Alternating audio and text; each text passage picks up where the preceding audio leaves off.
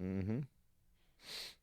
For some reason, the last round of Evander Holyfield versus Tyson showed up my Instagram feed, and like I was looking, it was like showed a lot of Evander Holyfield's back, and I'm like, God dang, like Evander Holyfield was crazy. he is like God. Just the I would imagine he's probably still shredded. He always looked amazing. He looked amazing. I mean, he was unbelievable. yeah. His like code name for buying steroids was Evan Fields. Oh wait, like he. Yep. So it's well known that he used roids. I didn't know. Well, it's not well known or anything. It's more of like like He's pretty jacked. His home address. Yeah. This name Evan Fields. Uh-huh. The whole like this was during like the whole Balco like situation. Right. Yeah. And so people were like, that's real convenient. Evander Holyfield, Evan Fields. And yeah, so the link was made. It worked. Yeah. He was in good shape, man. He trained with Lee Haney. Damn. Yeah, he used to work out with Lee Haney. Wow. Well, that makes sense. They actually kind of look similar. Just They Lee do. Haney was a lot bigger. I mean, Yeah. they had similar physique, right? Like that giant chest. Mm-hmm. Like, why did Evander Holyfield have such huge pecs? He looked like a bodybuilder just in a boxing ring. Tyson looked good towards the end of his career too. He got pretty jacked. Yeah. He got in pretty good There shape. we go. That's why. Okay. And save. Holyfield looked like a video game in real life, though. Like, I know. He had a tiny waist. Yeah. Yeah. He looked like somebody drew him on a like a Sega Genesis cover, and then he just came out to be in real life. Anthony Joshua kind of looks like that. Yeah, he's huge. Yeah, man. He's Anyways. massive shoulders, and he's Nigerian. I went to the Kings game last night, and the referee, we all noticed, we're like, that referee is jacked. Referee was trying to just play it off, just stand there like he doesn't have huge guns, but he was yoked. We were like, holy shit! Like that guy looks better than all the players on the court. That's dope. Oh, God. Man, but all the players are so young. Mm. I was like, oh children. my God. I remember the first time where like I was older than like the players on the court, and I remember just thinking like, man, I haven't done shit with my life. It felt terrible. I think all these dudes were like, definitely under 30. Oh, yeah. Like Yeah. I don't even think the oldest guy on the team was 30. I mean, they looked really young, but god damn, they're fucking so athletic. It's insanity. Yeah. So now that No Carbs Till Christmas is over, have you had anything weird? Oh. Yeah. I've been eating a little bit of weird stuff here and there. Yeah, but had like what I call fat week. Just kind of eating a little bit of whatever. Still have rules. I still have, I don't want to gain a bunch of weight, so I'm still fasting, and then from there I can kind of eat what I want. But I'm actually anxious to get back. Ooh, I'm sorry, Mark. good thing that didn't end up on no. that podcast. So sorry. I'm so sorry if it's bad. My nose is stuffed up a little bit. So Thank you, Jesus. I think we might be okay. It's not as bad as when Terrible. Scott Mendelson was on the show. He just farted the entire I time. didn't acknowledge it. I didn't smell any of it. Oh my God, he was just farting the whole time. Thank God. Anyway, mid sentence. But yeah, I can't wait to get back on eating some meat. Gonna do World Carnivore Month, and it'll be convenient with Piedmontese. I know a lot of people want to join in. I know a lot of people want to do jump in on World Carnivore Month. I actually started a Facebook group, so if people want to check that out, they can go check it out. Just trying to inform people, give you information, but there's really not much to know. Buy some Piedmontese steak, throw it on your grill, and eat it. Yeah, grill, oven, even the air fryer. There's my TED Talk. There you go. Yeah, you guys want to hop in on World Carnivore Month, if I can speak. The easiest way is just grab yourself some Piedmontese steaks. That's PIEDMONTESE.com. At checkout, enter promo code PowerProject for 25% off your order, and if your order is $99 or more, you get free 2-day shipping. Flat iron steaks. Yeah, those are so good. Tomahawk ribeyes. The New York Ribeyes. strip. Oh yeah. The regular center. There's a regular ribeye and a center cut ribeye. And if you want a ribeye that still tastes really good but doesn't have the crazy amount of fat that sometimes a ribeye might have, then you're gonna want to check out the Piedmontese ribeye. Yeah, and then Delicious. So during your no carbs till Christmas, like what, like a lot of people hear that they're like, "There's no way," but like you had some like really cool treats along the way. One of those being perfect keto. Can you explain like how that was okay? Yeah, even just even using perfect keto, like the MCT oil powder in the coffee, just little things to look forward to. Little things, I have a sweet tooth, and so you just need those things to look forward to. The perfect keto bars are really good. I like the cookie dough one quite a bit, and I wasn't eating it all day long. Some of these things, these companies do a great job of making these things taste good. And so you still want to be conscious of how much of this stuff that you consume, but I would just have one a day. Just gave me something to look forward to. The MCT oil powder, I actually made like a hot chocolate out of it a couple times with a little bit of whey protein, and that shit was really good. Yeah, and like my buddy actually just sent me a picture. He's using those electrolytes now. Those electrolytes, especially when you're fasting, are so clutch. If you're either lifting in the gym or doing any type of cardio, those are clutch to have like 30 minutes or an hour before I pop like 5 of them. So take advantage of it. There you go. Yeah, well, with fasting, and if you're on a lower carbohydrate diet, Yep. or you're training really hard, you start to mix those things together, and you can end up getting a cramp, and so you're going to need those electrolytes. Yeah, I've been still enjoying the MCT oil powder with my coffee during my fast because I'm still fasting, even though shred is kind of over and done with, but still utilizing the stuff that I learned. And one of those things being MCT oil powder in my coffee tastes delicious. You guys really got to check this stuff out. Head over to perfectketo.com/powerproject. At checkout, enter promo code PowerProject10 for $10 off any order of $40 or more. Fair warning, gentlemen, you're going to see me walk off in about, I'd say 15 to 20 to 25 minutes, because this thing is like the poop is slowly going down my intestines. Something happened. Somebody told me one time that they thought, and I think it was like one of my uncles or something. He said that every time you fart, he just thought it was like pushing it down, pushing your poop out like closer to the exit. I always thought that was like a really funny way of looking at it, but he might be right. He's like, you'll notice you'll have to fart a little bit more. A little bit more, a little bit more. Next thing you know, you're on the toilet. That's what's happening right now. That is what's happening right now. That's science right there. Yeah. So, sorry, Mark. You gonna be okay? I'm gonna be fine. You'll survive. I'm just happy that your nose is stuffed and you can't smell all of what's going on right now. Andrew can give you mouth to mouth if you need it. I'm okay. Actually, you know what? Beard that to beard? Beard. I'd like that beard rubbing against my face a little bit. Your mustache is starting to connect. Yeah. There you go. Yes, it is. He's going to be What about just coloring it in a little bit? I really thought about doing Yeah, that. just a little. But if I sweat, I don't want it to like bead off and have black sweat drips. So I'm just going to let it happen naturally. But man, this has been a dream of mine literally for years. You don't know, ever since I started trying to grow this beard like 3 years ago, I never had the mustache connect. So women are dreaming about you, and you're dreaming about your own beard. That's pretty much it. I am only dreaming about my beard. One of my friends, I think she's met you before in here, but I don't know if she remembered. Like, she just saw you like real quick in passing. But I think because we posted up some of the pictures from like the podcast with the steak shirts and stuff. She drove us to the Kings game last night, and she just like stops and she's like, "All right," she's like, "What's the deal with your friend?" And I was like, "I'm assuming you're talking about the black dude."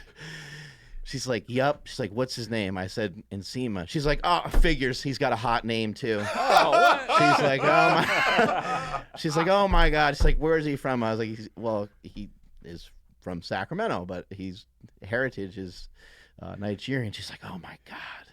She's like, "I have a thing for black guys." She was all pumped. She was getting, and I said, "Hey, listen, you're gonna have to calm down over here." Yeah. I said, "First of all, he's not single," and I said, God. "Secondly, you're acting inappropriate." Oh God, It's not the first time this has happened, Andrew. Not the first time this week. I know what y'all are talking about. Yeah. I'm just gonna drink my San Pellegrino. It's so tough to be Nsima. It is sometimes. It's a curse. It is sometimes. And the only reason why I brought him on because I thought he'd be our fat friend. I thought he would be like the the side guy that lowers everything down a little bit. But no, yeah, I guess I was wrong. And totally backfired. my assessment was wrong. I actually got leaner because of this podcast, though. I think I started at like 255. Now I'm like 240, whatever. So just because of both of you. Keeps getting better looking. Both of you. We try. What are we gonna do about this, Andrew? I don't know. He's getting even better at jujitsu. So his mustache and everything's starting to connect, so he's getting more I handsome. think it's because I'm hanging around you and your glorious mustache. It's getting more. I think so. It's Yeah. rubbing off on me. More confident. Yeah. Yep. I don't know. We're just gonna have to. I don't know. Please don't fire me. Hope for the worst. Let's just keep me on here. I'll stay. All right. It'll Anyway, be fine. enough about Nsima's favorite topic. Himself. My mustache, actually. Oh, I okay. could talk about that for days.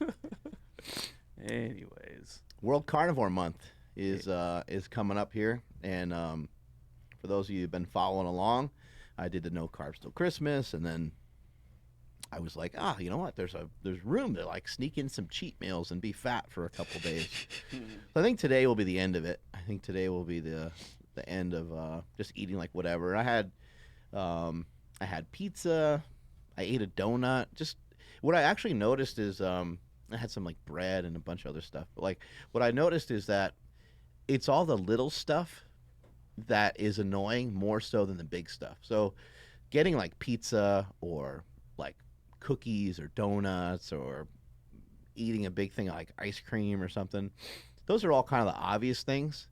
And those things actually, I'm over it. Like those things don't bother me that much anymore. I'm not saying I'm over it like I'm never going to eat it again.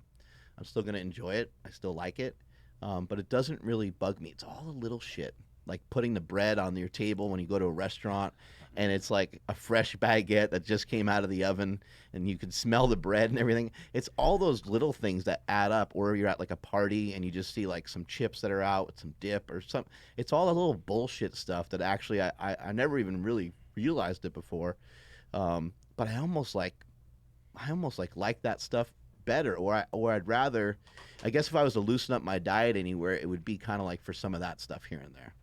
And that's what my wife does. My wife has a really like kind of sensible diet. She doesn't really ever have like a cheat. She just is paying attention to what she eats. She primarily eats meat, and then she's not like against vegetables, but we don't really make them that much. She'll eat them here and there. But when I think about like her style of eating, she's pretty good at being like, I'm just gonna have a little thing of that, and I can't. That's the hard part for me. Is I shouldn't say I can't. I have a hard time with, being like, I'm just gonna break off a little piece of that chocolate and eat that. Well, I'm gonna want to go dive all in. Before you did No Carbs Till Christmas, I saw you eating carbs here and there, but I never saw you do anything like ridiculous, right? Or No, I usually eat pretty clean. I usually eat pretty healthy. yeah. Yeah, I know everyone says clean, but I like a ketogenic style diet. I like my war on carbs. I like carnivore style diet. So I primarily just try to eat protein. Yeah, but I understand when you do like a hardcore restriction for a while, like you did no carbs. It's like everything about carbs gets heightened. Like you can smell the bread. Oh yeah. When you go around an ice cream shop, that ice cream smells stronger for some reason. Right. I think Andrew, you were talking about this like a few weeks ago too. You're like, I'm smelling everything. Yeah. Yeah. When I was I hadn't had any cheats at all, or like anything off of the plan, which was or chicken and rice or steak and rice. Mm-hmm. And my daughter was eating cereal on the other side of the house. And I was like, dude, it smells like Lucky Charms. Like, what is that? And then sure enough, I get closer to the kitchen and she's chowing down on some Lucky Charms. I'm like, I was like, how did those get in the house?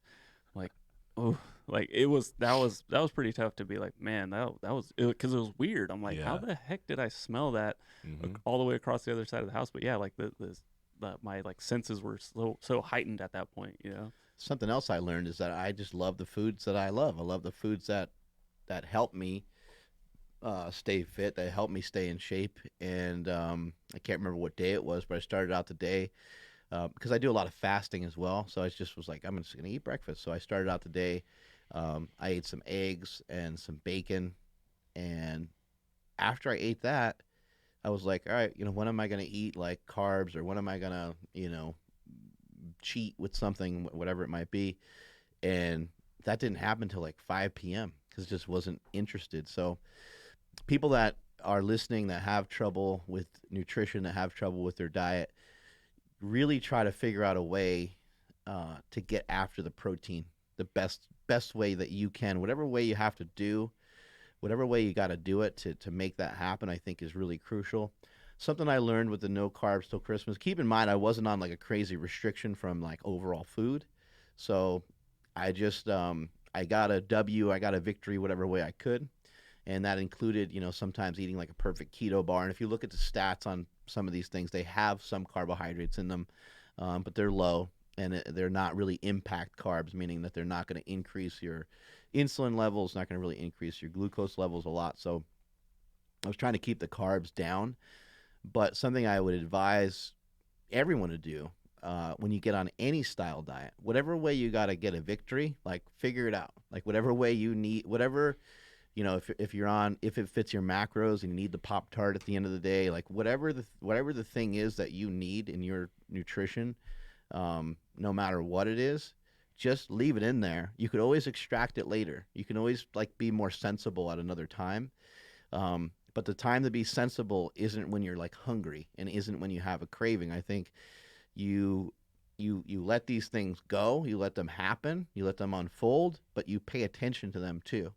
And then anytime you have triggers that are cravings and hunger, as you go through the process and as you start to learn, as you have a more protein first mindset, you can actually start to really be more sensible about it, and you can say, I don't think I really need that because it's not really helping my progress. I noticed I was making progress a few weeks ago. Now the progress has stopped. And that little pulse, that little hunger thing that's hitting me at the end of the day, or that craving for that extra thing at the end of the day, you know what? I'm going to go on a walk. I'm going to just find something different to do. Maybe have a protein shake instead. But I've learned that just build that victory whatever way you can. And if it means that for 2-3 weeks, a month, you're on a nutrition plan and you're like overeating, I think it's totally fine. I think you can go back and that's an easy thing to correct. Mm-hmm. I'm curious because one of the big things whenever someone comes to me and they don't have a history of eating a lot of meat, like let's say when they overeat, they just eat a lot of carbs, they don't eat a lot of protein. When I have to tell them to start eating protein, it's like the hardest thing for them to do. They don't feel like meat is appetizing. They don't feel like they can eat that much meat. And when they do, they're like, oh, I can't do this every single day. But it's like that's the number one weapon that you can use to stop your cravings, because it's going to make you full, and to allow you to be successful on the diet so that you're not overeating on a bunch of other foods. Like you said, that they feel they can't do it. I think that's actually important.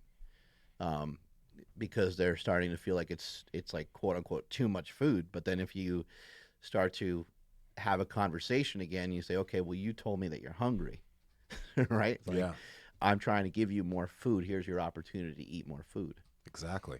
And I think the episode that we did just recently with the Spaths, if you're new to this and you haven't like listened to many episodes, it's like 3 episodes ago. That's a great episode to listen to, because that's a couple that they're pretty active, but they're not like intense dieters, and they changed their lifestyle to eating. I think they went carnivore, Mm-hmm. eating a lot of meat, eating quite a bit of fat. The husband and wife did a few different things. She had a little bit more fat than he did, etc. But their diet was simple. It was meat. I think they had some vegetables, but there was a lot of protein leveraging and a lot of fasting. And to be successful on the diet, you have to get in enough protein from meat sources. It's going to help a ton, especially in terms of your cravings. Me, myself, personally, like that's the thing for me too. That's one of the big things that helped me out, starting a lot of my meals with protein instead of starting with carbs first. It'll make me full. I don't end up overeating as much as I used to. And I think Andrew can attest the same thing. Similar, like in terms of like the diet that you just did, you were eating a lot of protein, but you had cravings. How did you go about that, or how did you feel with that? Uh, for me, for the first time, my mindset really took over. Mm-hmm. So like, even if I did have a small craving here or there, like I just, it didn't really phase me. But more recently, now that like I'm not like I did the photo shoot, I'm not tracking. I on Christmas Eve, I really I'm like, oh, I'm just gonna enjoy the day and whatnot. Ended up having like sweets and stuff, and I just kept looking around for more stuff. Like I'm still hungry. Like I can't get full. I don't know what's going on here. And so I kept like picking at little things here and there, and I'm like, just like, oh, here's like a cookie. Like, oh, here's this. And then I sat there at night, and I'm just like, like, dude, I can't, like, what the heck? Like, I'm not getting full and I just want more stuff. Did you have protein or no? So then what I ended up doing was I mixed up a bunch of egg whites with some rice, and that was finally what killed everything. So now when I'm like today, like I'm looking around for stuff, I'm like, okay, I know what I need to do, and I need to intake way more protein than I even like think that I need to take in order to kill like this hunger pain that I'm getting for like this bad food. And I know people are thinking like, oh, dude, like egg whites, really? Like I'd rather have a donut. Like that's what I really want. It's like, but try this first, and then see if you want that donut just as much. I'm willing to bet you're not gonna want it. Yeah. And then if you do, at least at that point, you have something in your body that's like, worth a damn, as opposed to like eating just straight garbage. Dude, that's my tactic too. Like Yeah. the boiled eggs from Costco. We talked about that a lot. yeah. Like Yeah, hard-boiled egg. once I start feeling like, okay, I need to break this fast, I want to eat some crap, like I'll just eat like 8 of those eggs. And then I'm like, I'm good. Like you literally feel it just fizzle away. And then you can actually think rationally. Your hunger isn't controlling that. But I think one also thing you mentioned is heading into 2020, it's going to be really important for a lot of people, whether you have diet goals or lifting goals. You got to create some type of goal for yourself or something you're trying to get to. Because like we were talking to Andrew and he was mentioning how like, okay, he hit his goal. He was hyper focused. And now that he already hit his goal and he got his sexy abs, right? A little bit of that, I guess, motivation has gone out the window, right? You don't feel as in control or motivated towards your goal because you don't have one right now. Yeah, well, like I just said, the mindset was the biggest like difference for me doing this. Like, I've been training for years. I've been dieting for a long time, but it was always like 7 out of 10, 6 out of 10, 8 out of 10 when it comes to my diet. This was the first time where I was 10 out of 10 because I'm like, I have this goal in mind. I have 73 days to do it. I've already put it out there for the world to like know that like, oh, is he gonna make it? Is he gonna fail? And even though people's opinions don't matter, but it was still like, man, I don't want to look silly. I'm part of this podcast. I don't want to tell people like, oh, Nsima's helping with nutrition, Mark's helping my training, and then have bad results. Like how that would have been so lame. Yeah. So I had a lot of motivation to get up early every single day, work out or hit the step mill before the workout, and then, so on and so forth. And then now I wake up and I'm just like, like, I guess I'll hop in the shower and, get to the podcast hopefully on time. Like it just, there's a lot of the drive has like, it drove off somewhere else. Like, so now I'm kind of like in search of like, I don't want to say what's next, because like I don't want to do another silly experiment or anything like that. But like, yeah, I do need to find some motivation somewhere. Yeah, they say like when your why is, your reason why is through the roof, then how you get stuff done is easier, or you don't even really think about how you're going to get it done. You're just like, I'm just going to get it done because it needs to get done, because I am so attached to this that I really I'm in it for the results. I think it seemed what you were saying about I just want to back up a tiny bit about like the food being appetizing. So then, like I do think that that's a huge problem. Is like so for me, what I've noticed is that by cutting out a lot of other food, the food options that I had became more appetizing. And I know it probably sounds a little counterintuitive, but by just like eliminating even something like fruit, which I don't think fruit is a problem at all, but just by eliminating all that, my body is like craving meat, and it wants to eat meat. And that's something that really helped me. So maybe that'll help some of you. Additionally, like learning how to cook is important, and the only way to learn how to cook is to cook, and the only way to learn how to cook well is to fail and mess up a bunch of times. And you might want to get like a cookbook. There's a lot of options out there. You can even just look online on how to cook meat. There's like little tricks. There's little things you can do, like just let your meat get to room temperature. You take it out of the fridge for a little while. I know some people think that's disgusting, but that's the way you're supposed to do it. You're supposed to let the meat sit there and get to about room temperature before you cook it. You could throw some salt on it. You can throw some seasoning on it while it's sitting there. You can cook it, and then we've talked a lot about on this show, like letting the meat rest. It makes a big difference. But you know, the nutritional value of things that you don't want to eat is zero. You know, and you kind of think of a kid like spitting out his broccoli or something like that. Like Yeah. that kid's not going to ever really have, not ever, but he's not going to have good experience with the broccoli. It's not going to be something that works. Maybe he likes green beans, or maybe he likes some other green thing that you're that you're trying to make him eat instead. Maybe there's some other option, and maybe it's the same way for yourself. But the foods that you're, whatever nutrition plan you're on, there should be foods that you like. Like you shouldn't have to eat food that's gross.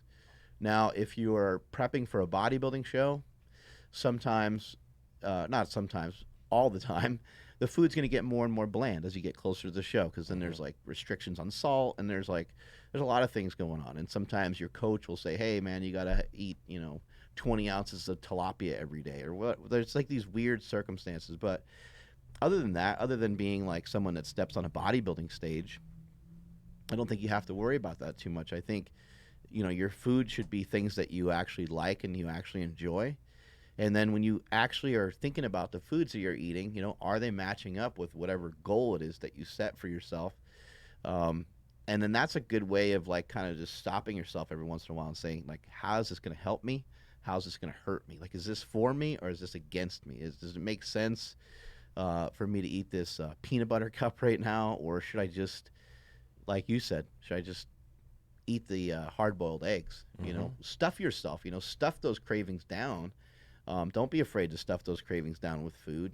Don't get anxiety that the food's having breakfast here or there is gonna make you fat, or having eating the foods that are scheduled and foods that are on your program. Like, those things are. Yes, we understand that if we eat in abundance, like just about anything can make us gain weight. But we're playing the long game. So you might have one day where you're ferociously hungry, and for whatever reason, maybe you just needed to get that out of your system and eat those foods. And then the next day you're back to normal. So, let these things kind of come and go, but just try to figure out a way to manage them the best way that you can. And if your food's not appetizing, I have a hunch that you're allowing other foods to kind of infiltrate your diet. And it's really hard to go from eating like a Dorito to eating really anything else, because nothing else has any sort of flavor after that. Yep. And on the note of that palate change takes a while. Like, I guarantee a year and a half ago, eating hard-boiled eggs with some hot sauce or like the chili sauce would not sound at all good to me. You know what I mean? But it took a while for me to stop craving certain foods so harshly. So you need to give that time to happen. Like, initially it's not going to be great. You're still going to be craving some other foods, but as long as you have something first, have a steak first, have some chicken first, or some eggs, or have something before that. And then if you have a little bit of it, it happens, right? But over time, those cravings for those other foods will diminish. And then just getting it out of your house. I mean, we talked a lot about that before, but not having easy access to this stuff will help you out a lot. That's one of the things that I did for myself too, because I did have a lot of these other foods like peanut butter, I love peanut butter. But like Nutella, all these things, I used to have that there and I used to have access to it. But just getting it out of your house, so you have to work to get to it, is going to make that process so much easier, because now you got to go to the store. You got to drive there. You're thinking about it. Then you'll probably guilt trip yourself out of it and turn around. But it works. What's up with your no fapping thing? Is it no porn? Is it no is it no porn, or is it no whacking it at all? How did we get here? I know. Mark, what was your train of thought from peanut butter to fapping? Where did that? That's one and the same, is it? No, I'm just thinking about like cravings.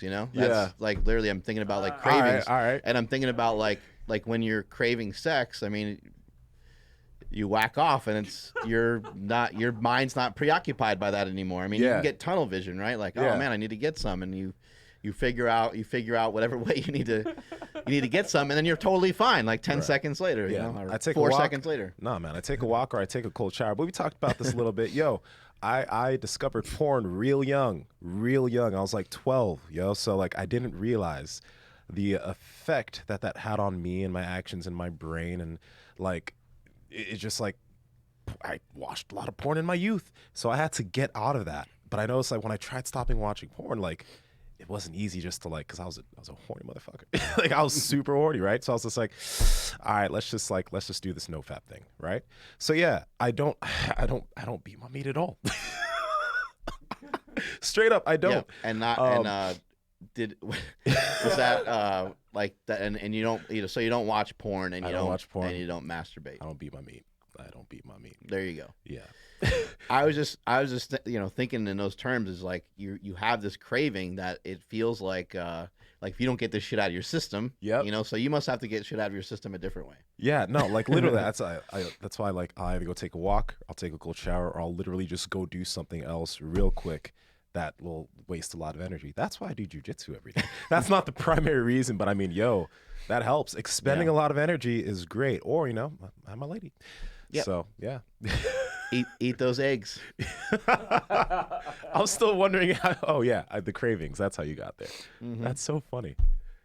I mean, your brain is like, just think about after sex, your brain is like, right? It's just, it's over with. Your brain, like I don't know how it is for women, but as a guy, like your brain is like, hey, like you better fucking take care of this shit. Yeah. And it like can fucking keep you up in the middle of the night and everything. Yeah. Once like it's literally. Out, everything goes back to rational thinking. Yeah. Right. You go back to rational thinking. So when you eat those eggs, you might go back to rational thinking. That's great. That's a great analogy. I love that. Back to some of this stuff about goals, and when you have a goal and then you actually like reach a goal or even come close to the goal, it's hard to still have a lot of fire. It's hard to be excited because you just did something that you set your mind out to do. Mm-hmm. You put a lot of time and energy into it, and now you're like, all right, what's next? And I think I talk a lot about, from a nutrition standpoint, how it's important to have things to look forward to. I think just as human beings in general, like looking forward to shit and what's next is always like an important thing.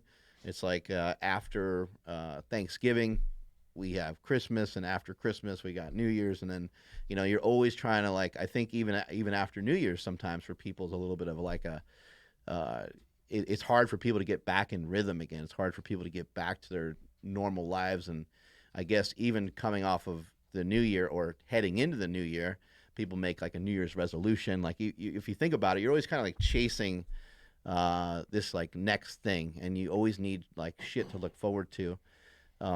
Something I heard more recently, even astronauts will, they suffer from this quite a bit, where they go into outer space. They're one of the very few people ever in history, out of all the people that have walked the face of the earth. They're part of this rare club that has actually been to space.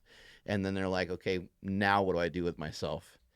If you're thinking about like a LeBron James, he could chase down Michael Jordan, or Tom Brady could chase down a Joe Montana, or like you can, in sports, you can probably try to emulate or chase down other people that did these things. If you're somebody that has been to outer space before, it's probably hard to figure out like, something that would excite you, something that would motivate you.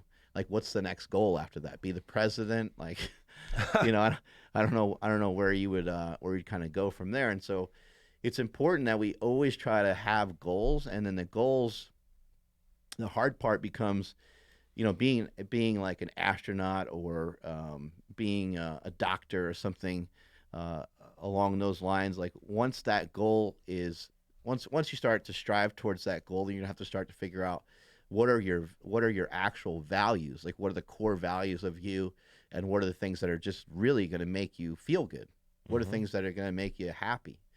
And so for someone like Andrew, or somebody that has competed in bodybuilding, you get like the post-competition blues. Happens a lot in powerlifting. I'm sure it even probably happens in jiu-jitsu. I think it happens just about every sport. After a team wins a Super Bowl, I'm sure they go through it too, like, we won, and maybe it's not the way they thought it was, and then it's like they got to try to do it again next year. That's the only thing they can look forward to, is to like repeat. Yeah. And they just won. They didn't have time to like celebrate it, And so then it has to come down to, what are things that you value? What are things that you like really feel like they're going to improve your life? And that gets to be hard to try to figure out. Yeah, the post, like, especially I want to talk in the context of like Andrew right now. I know Andrew didn't just do a show, but he just got really lean, leaner than he's ever gotten. And that's a situation that a lot of bodybuilders get into after they get on stage. And that post competition like fallout is like, it's very consistent around most of them. Like they'll be like, okay, what's next? They don't have a what's next. And they start eating a little bit more. And a lot of them put on a lot of body fat really, really fast. And then once they've gained a lot of body fat back, they're like, okay, let's get ready for another show.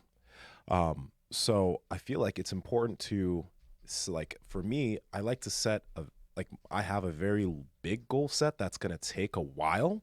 It's going to take years, but I know that there's a lot of smaller goals that I'm going to be meeting and doing up until I get to that bigger goal. So there's always something that's going to be coming up that's going to keep me going and keep me on track. It's not just there's this one thing, because I know once I achieve that thing, oh my God, I have to figure out something else real quick or I'm going to fall off the wagon very, very fast. And when it comes to like something like bodybuilding, you know, you might have a period of time where after the show you're going to eat foods that are off plan. You're going to eat foods that are pretty bad for you, and you're probably going to acquire more body fat. You're going to gain more body fat. Yeah. I don't think gaining body fat, I can't imagine like any scenario where gaining body fat, unless you're like malnourished, is a good feeling. You know, so I think gaining body fat, getting puffy or getting bloated is like a thing that makes people kind of feel bad, maybe makes them feel self-conscious. It's the exact opposite of when you're leaning out. You know, you might check out your triceps in the mirror or something. You might see a new vein. You might be pumped about this or that. And then the exact opposite is happening. You're like, man, my belly, you know, what's going on with this? Or, man, I'm not really that vascular. Like, what's going on with all these things? And you start to really kind of get upset from that. But then you need a distraction and you need a new goal. And so that's why some people are like, oh, you know, after my bodybuilding show, I'm going to go after this bench PR. Because it's like, okay, that's a distraction away from the fact that you're getting fat, you know? Yeah. But like whatever, you know, again, like whatever way you need to pick up victories, whatever way you need to win, whatever you need to tell yourself, I think it's a healthy practice. And to rather than like think about body fat, how about you think about, I'm just going to get bigger. So next time I lean out, I'm going to have more size, you know, and you don't have to always be attached to this bodybuilding thing of bulking and cutting and so on. But you could maybe distract yourself with strength. You can maybe distract yourself with performance. Yeah. Maybe you did a bodybuilding show, and maybe after the show, you're like, you know what? I want to start doing jiu-jitsu, or I would like to start running, or I'd like to start yoga. And you just, you start something, but there's not really, when you're starting something, you don't need to have a really crazy, deeply rooted goal because you don't know what it's going to be like. You don't know how it's going to feel. So it gives you an opportunity just to try something a little different. You put all your time and effort into this, that thing's over. You know, you're probably going to feel a little blue afterwards, and you can kind of refocus. Yeah. And I think one other thing is trying to, like, there are these concrete goals, like getting abs or doing a jiu-jitsu or powerlifting competition. But I think like the diet goals are also worth like having, because like we all have multiple things we're trying to achieve. And I think one goal that we can all try to get to is trying to have control over food, or trying to like not have food control us. I think that's a big goal that we can take step-by-step practices to try to do. My step-by-step practice was I started doing intermittent fasting, which helped me have more control. That led to lower carbohydrates, because I wasn't doing lower carbohydrates. But when I did, I stopped craving sugar and a lot of these bad foods as much. I'll eat that every now and then, but it's not because of a hard craving. And that just kind of morphed into me now having control over food and not having it lead me in that direction. Everybody's path to that is different, but I think having an idea, not just, you know, I'm just going to lose weight or I'm just going to diet, but also having control over all of that. I think that's a good goal to have, because then you'll be able to try to figure out what actions do I need to take, or what do I need to be able to do to be able to actually have control over food and not have it be the other way around. It can be brutal. Like if you slip up on your food, we hear people all the time saying like, man, I really need to get back on track. And that's what it really feels like. It feels like a track, like you're on a train track, and the food is good. You got the food on lockdown. You're heading in one direction. Your training is good. Your sleep is good. Like everything feels pretty good, and you're on this like track. And then you like get sideswiped. You're like, oh man, my birthday is coming up, and you have a couple drinks and you eat a little bit of whatever, and that's on like a Thursday, and then Thursday bleeds into Friday, and Friday bleeds into Saturday, and then now it's Sunday, and you're like, I'd love to get back on track with my training. I'd love to get back on track with this and that, but you're now unmotivated to even go to the gym because of allowing these foods to have too much control over you. And maybe you had a couple days of drinking, not like a bender. You weren't like going crazy. You were just enjoying yourself for a few days. And maybe you're just not as motivated, not as fired up. It's easier to be motivated. It's easier to be fired up when you're successful. And like we've seen this all the time with powerlifting. We'll have a new guy come in and he seems like a pretty full blast power lifter, and then they'll come over to me and be like, dude, I think I fucked up my shoulder. And I'm always thinking in my head, like, good. Like now we're going to see if this guy has what it takes to take things to the next level, because that's when you find out about people, is when things get difficult, when things get to be hard. And that's what as you're trying to get back on track, you're going to learn a lot about yourself. You're going to learn, like, can you dig deep? You should be able to. There's no reason why you can't. You should be able to dig deep. It doesn't cost you anything. It doesn't, to build willpower and to have willpower. A lot of these things can be triggered by the way that we're treated as children and stuff, and the self-confidence and things that you have. But one way to build self-confidence is to turn yourself into something, and you'll feel more like something. But what I've noticed with a lot of people is the training, sometimes the overtraining, and sometimes not training. They can be like just as bad. They can lead to poor performance in terms of your nutrition. So if you overtrain, you can sometimes end up with cravings. If you overtrain, you can impact your sleep negatively. If you negatively impact your sleep, that could cause problems with your nutrition. Yeah. If you negatively impact your sleep, that's going to cause huge motivation problems. Man, I'm just not motivated. And you can also be, as fucked up as this is, you can also be sleeping too much, because people that get depressed, oftentimes they kind of lay in bed a lot, right? So, man, it's hard to toggle all these things, but you don't need to feel sad about it. You need to kind of evaluate it and say, like, is there something else going on? Do I have like some sort of, you would know, like if you had a relationship issue or something else that was tugging on you. Those are totally separate things, but you review your training a little bit, review the food that you're eating, and pay attention to your sleep and maybe some other stresses you have in your life. And you should be able to come up with some good answers on how you can get back on track. Yeah. And getting back on track, I think it's, like you said, that's where you're going to be tested, because I feel like if we look at that, first off, we should look at what got us off track in the first place. Every time I fall off my diet, did I get enough sleep the night before? That's one of those big things that I was talking about that helped me to gain control, getting consistent sleep, because I always noticed when I wasn't sleeping enough, I had harder cravings.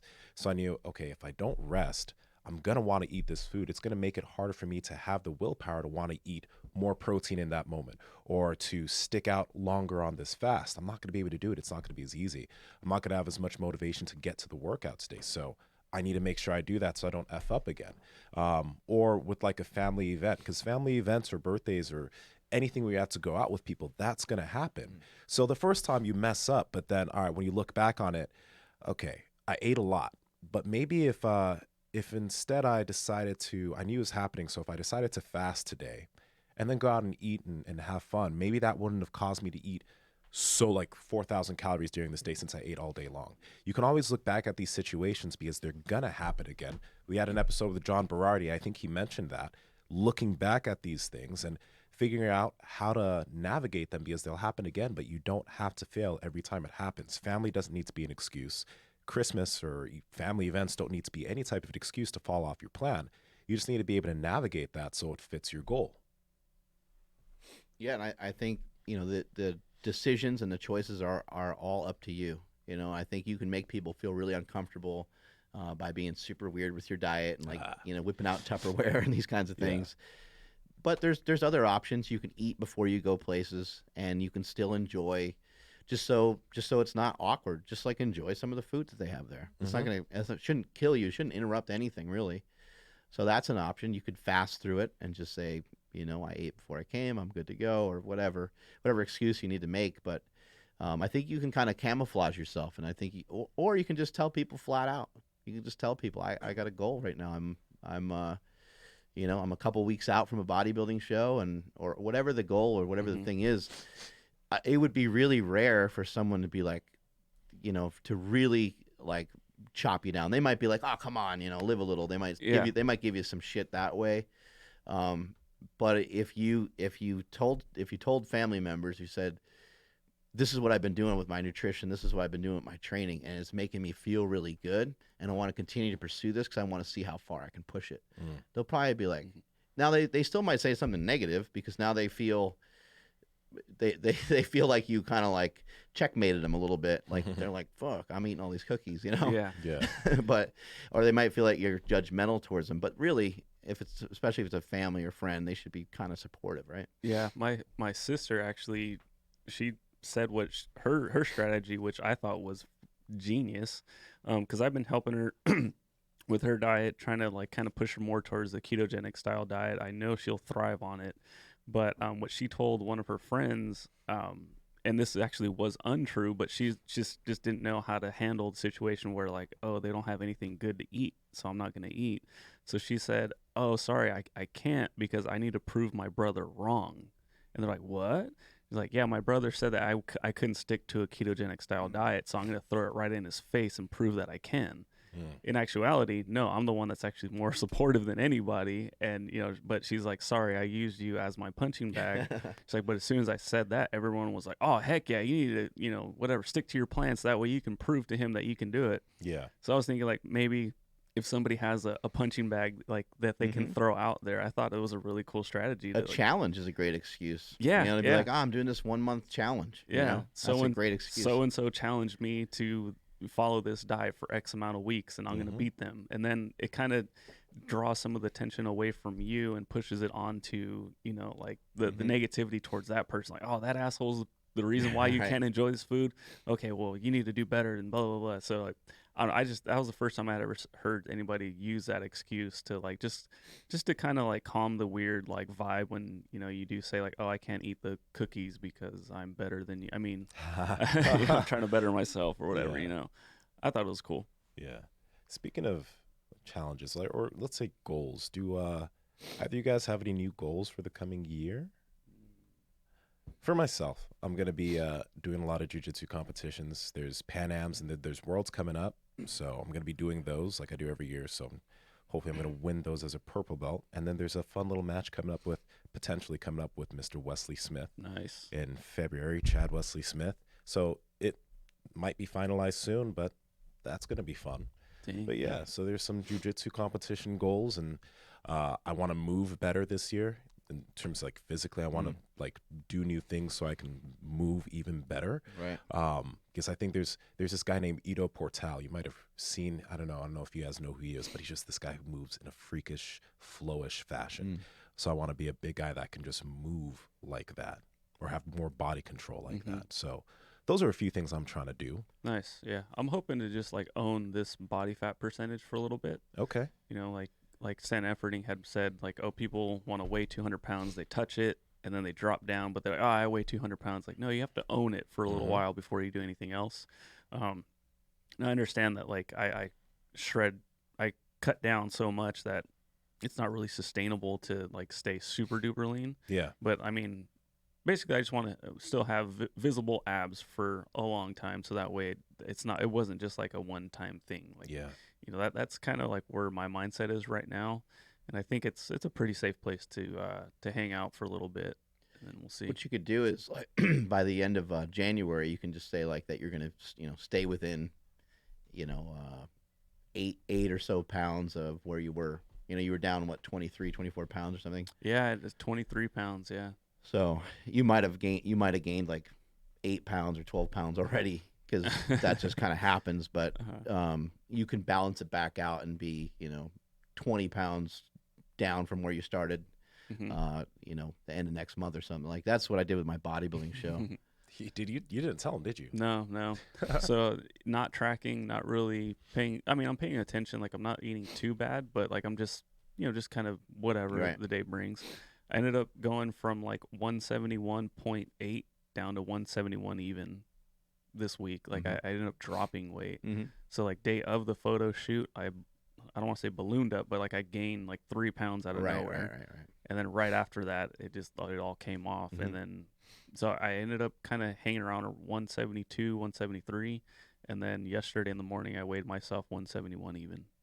Just so you know, the weight gain during the photo shoot, that wasn't a bad thing. Like bodybuilders, before you get on stage, you're typically lighter. Day of show, you're about 5 pounds heavier. Oh, okay. Like you want to be filled out. So that's okay, yeah, that makes sense. That's not a bad thing that you were 174. Just saying. Yeah, it was like 228 and this and that before the show, and then I was 235 when I stepped on stage. Just from eating extra carbs and kind of filling everything up a little bit. Yeah, I think a good goal for you, Andrew, would be just to stay within a good range of that body weight. That just stay under 180. Yeah, well, actually, that was kind of my goal is to weigh 180 with abs. That's kind of like what my hope is. And if that means it's a slow climb to 175 half of the year, and then the rest of the year, whatever, or whatever it takes, just because I don't know, like I want my bench to still remain pretty high for myself, not high, but like comfortable for myself. I did pull 315 Thursday. Yeah, I think it was Thursday, which was cool because that's like that was my goal when I was on SARMs, and it's like here I am. That's a body weight PR too. That's insane. Oh yeah, dude. I was talking to somebody on Instagram, and I'm like, yeah, that's an abs PR, and like on a Thursday, like add all these silly prerequisites to make a PR. But yeah, no, that was the lightest I've ever been for the most weight I've ever handled, dude. And I mean, yeah, I was 200 pounds the first time I hit that, so it's like. At 170 pounds. I think that's like what you just mentioned. That's a really big deal because that's, especially when it comes from a powerlifter's perspective, they're really scared of dropping body fat because they're scared of losing some strength. And you might lose a little bit here and there, but it's not like you're not going to lose 100 pounds on your bench press or even potentially 20 or something. It's that you're not going to lose that much, Natty Professor, what are you doing to move better? What are you going to work on in particular? Is there something new that you saw or something different you're going to try? I already do a lot of stretching. I'm going to start doing a little bit of yoga on the outside. So like stuff outside of what I already do. And then like Ido Portal, he just has a lot of weird movements that he does. A lot of weird movements like with his knees and stuff too. Like is it like kind of primal movement type stuff? Yeah. That people do? But it's weirder than that, man. Like you have to watch some of these videos to like see what I mean, because I can't even describe it. Like legit, like he'll be moving his knees down and like he'll slowly control his knees down to the ground in a bad position and get up from that same position just to have total body like balance and control. And I'm like, the reason why it's really like an art form or almost like a dance when you're watching people move like that. You're like, holy shit. It really is. Like it literally looks like he's just like flowing and dancing. It's really odd. What's Jeff? Jeff, yeah, Jeff's Jeff the guy can who move like crazy. Yeah, he turned me on to that guy, and I was like, whoa, like this is pretty amazing. But I want to be able to move that way because I think personally like that's going to help me in terms of continuous injury prevention into the future, right? It's going to keep my body healthier, but it's also going to help with my jiu-jitsu. It's going to allow me to move better on the mats, even better than I move right now. So yeah, Jeff was describing some cool stuff to me about mobility, and basically like if you were to, this is a really simple thing that you can try, you can lie on your back and just bring up one leg, and you can do it with a bent knee. It's fine. You can try to drive your knee up, try to drive your knee, past your hip, keeping the other leg, on the ground, and just see like where does that lock up? Like, where's that end range of motion? You could do the same thing with your legs straight. That would be fine. But what you're going to notice is like, if somebody grabs your foot and somebody pushes on it, they can move you in a much greater range of motion. the point is you should be able to move yourself in a pretty good range of motion as well. To have pressure, to have someone push on you, yeah, that all feels good and stuff. But as you're trying to move and as you're trying to be more mobile, the more control that you can have through a range of motion, the better off that you are. So, like, Jeff can throw a kick, right up over your head, but he can also do it in a way where you're not worried that he's actually going to accidentally hit you, because he can hold his leg up super high and then he could accurately throw like a kick. Whereas, like, if I was just trying to throw a kick, even, at your arm or something, I would have to get a lot of momentum to heave ho my leg up there. Blow and my then shoulder out. yeah, I'd blow your shoulder out and I'd blow out my legs, because it's me throwing my leg into an end range of motion rather than me moving my leg through a range of motion that my body can handle a little bit better. So I think a lot of that makes sense. But when you're going to investigate like new stuff to work on for the year, then you have to start to figure out, okay, well, like you said, you're like, oh, I'm already stretching. So it's like, well, that ain't going to help you get to where you're trying to go. And you already know that, because you're like, well, I'm already doing a lot of stretching, so that ain't going to really change much. Like, you might improve a little bit just because you're trying new stretches, but you recognize the fact that in order to cause change, you have to change. You have to enforce some change. You got to try some different things. And so anybody that's setting goals for the new year, that's something to really keep in mind is, okay, here's the goal. Here's the thing I want to try to do. It doesn't always have to be like, I don't think your goals always have to be like, I'm going to bench 405, how about just like, I'm going to become better at benching. And then how do I become better at benching? Like, you just work on it more. You work on assistance exercises to help bring up that bench. You work on shoulder exercises to help your shoulders stay healthy during bench. It's just, you take the thing that's the goal, and then you start to mount up some stuff that would make sense to help you get to that goal a little bit quicker. For me, like, I already started with a little bit of running. I just want to see like what running will do for me. It has nothing to do with body. It has more to do with brain. I just want to kind of see. I love walking a lot, and I've been feeling good. I've been feeling healthy, so I was like, yeah, let me try some running. So I've been messing with that. I don't know what it will turn into. I don't know if I'll like, just one day go off and just start like, running some great distances or anything. But so far it's been feeling pretty good. Might see Mark Bell do a triathlon. Yeah. You never know. The swimming part would be really. The swimming part would be a real bitch for me. But so far so good. I'm enjoying it. I'm liking it so far. And what I've been doing is just walking and running. So I walk, and then when I feel like running, I run. And within like a mile run or so, I might run about 8 times. So it's like, I'm not really trying to run any certain distance. I would just start to pick up my feet, and I'll start to run, and I'll just find a landmark, and I'm like, I'm going to run to that.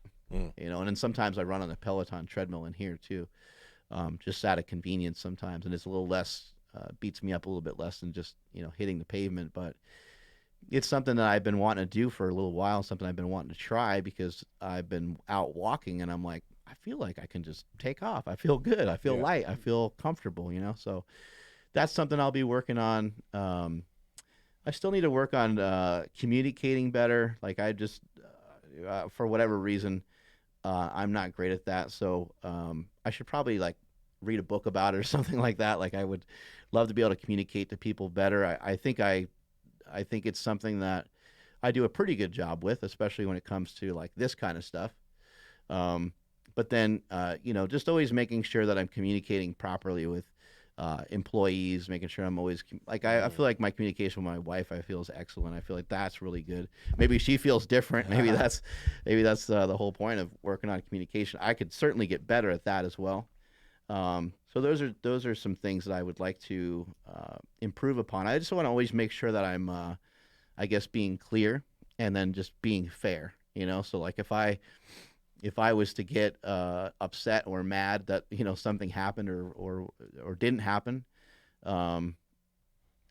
I don't have any right to be mad about it unless I communicated it. Like, unless I clearly said, hey, we're going to do this thing together, right? Like, we're going to make sure that this thing happens, and then I can go back and say, oh, I thought we had a conversation about that. Like Mm. I can kind of review it. I just feel like I can get a little bit better with some of that. And then my son's birthday is coming up. And what I want to get him for his birthday, I think you'll be a big fan of. I want to get him some jiu-jitsu classes. Oh. Oh, dope. Okay. Yeah. I was like, Tesla? Well, that too, yeah. Yeah. Oh, sick, man. Did he put any interest into it? Yeah, he and I have been talking about it for a little bit, and we've been kind of kicking around the idea. So I was just like, I'm just gonna go, and it'll be my first time going, it'll be his first time going, and we'll just fucking go do it. Nice. Dope. And if he doesn't want to go, then I'll just go. I'll take all his classes. But I just figured I would just like go and just get him a couple classes or something, or sign him up for a month or something like that, and just commit to it. Okay. Just go for it. Nice. Try it out, dude. No, that's great. The beginning, oh man, the beginning stage is honestly the hardest because there's too much. It's like there's too much, man. Like for my first year of jiu-jitsu, I just felt like a dumbass. I already know it's gonna be like, I've done some jiu-jitsu before. I already know it's gonna be painful in more ways than one. Like my elbow is still weird, and so like I'll have to figure out ways around that and stuff. But I'm looking forward to it, and it could help me move a lot better and stuff like that. And I would love to be able to move a lot better, but I'm not much of a stretching guy. But if I go somewhere where other people are stretching, and if I go somewhere where mobility is part of the game, then I'll have to adapt or die, right? Yeah, no, I'm excited for you guys. That's going to be really awesome. That's going to be really, really cool. And then you said, Andrew, Jasmine's also starting jiu-jitsu? Yeah, we got to sign her up, but she said she was down. But then a friend of hers said she does karate. And so now she's like, I want to do karate. And I know I'm going to try to sway her back to jiu-jitsu. I don't know. But, she liked Karate Kid or Cobra Kai. Ah, so yeah. That has some influence in on it, too. That's cool. But any martial art is dope. Agreed.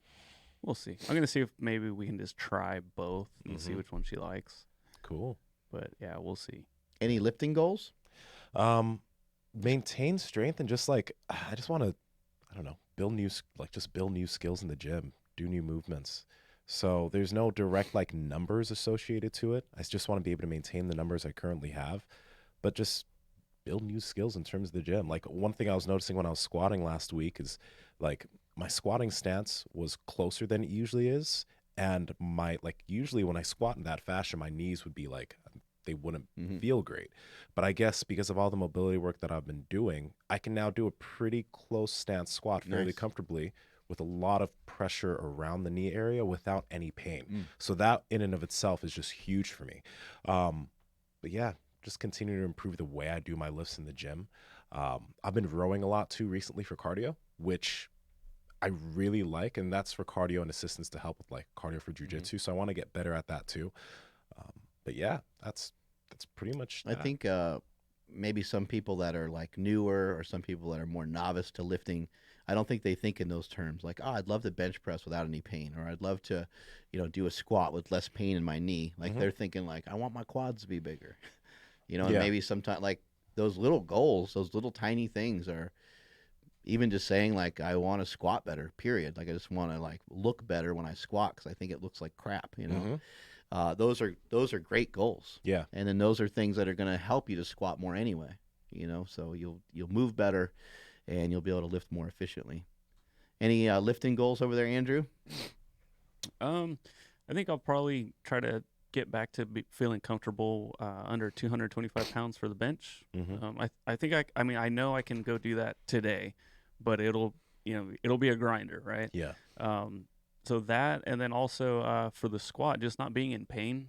The squat still bothers my back, and oddly enough, I would think that, a younger me would have thought the deadlift would actually be the worst for it, but the deadlift actually helps the most. Yeah.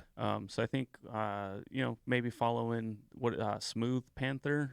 That's what the YouTube series you had, right? Yeah. To try to stretch out the back and just not be in pain with the squat. And then hopefully build that up also, but no actual numbers for the squat, just to, you know, kind of not have that doubt in my mind, Mm-hmm. because that kind of, you know, that always sucks. Yeah. But yeah, just being able to rep 225 would be good. I think I'll just be happy with that. And then for the deadlift, I don't know, maybe it would be really cool to hit 405. Mm-hmm. You know, and being able to rep 315 was really nice. I think I have a lot of room to grow there. Yeah. Even if it's trap bar, I don't care. It'd be really cool to see 4 plates on there. You know, in the future. Yeah. You'll get there. Real quick, as we talk about these, like, because I feel like I've used the word pain a lot, and you use the word pain quite a bit. Like, when you've talked about like the way your back feels, like that's not the way it's supposed to feel. I don't want anyone to get when we use the word pain, I don't want them to get it mixed up with a lot of soreness with injury. Right? Yeah, because like being really sore after a workout or just feeling a lot of soreness in certain places, okay, that's not a big deal. That's soreness is soreness. But like when I was talking about my squat, it would legitimately feel unsafe if my foot was in that position because I didn't have good mobility in certain places. Yeah. So like I shouldn't squat that way. I couldn't squat that way in the past. So, you know, when we mention pain, like there's actual problems with what we're doing here. It's not just being really, really sore, you know? So yeah. It's important not to push into that stuff too much, because then you can end up with kind of long-term injuries, right? The little owies can turn into long-term shit. Yeah. Anyway, World Carnivore Month is upon us. Hopefully you guys will join in. You can check out my Instagram. You can check out my YouTube channel. I'll have more and more information on that all the time. And I'll keep you guys up to date on what it is I'm doing and all that good shit. Andrew, where can people find you? Hit me up on Instagram at IamAndrewZ. And if you guys are not already following the podcast on Instagram, it's at Mark Bell's Power Project. Twitter at MB Power Project. LinkedIn.com/IN/Power Project. Where else? We're streaming on Mixer now. We're streaming on Twitch. We're streaming on Periscope. Still streaming on Facebook. Yeah, and then make sure you subscribe here on YouTube. What else? If you guys have a second, please rate, review on iTunes. It does help us out quite a bit. Oh yeah. And then of course, any links to anything we ever talk about will always be in the show notes or the YouTube description.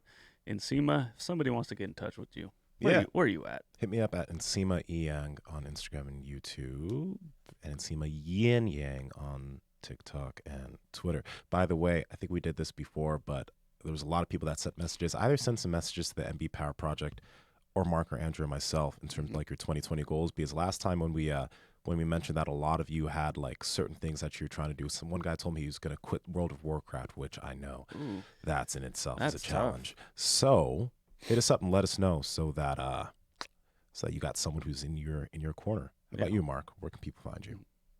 At Mark Smelly Bell, pretty much everywhere. YouTube, IG, TikTok, Twitter. Strength is never a weakness. Weakness never strength. Catch y'all later.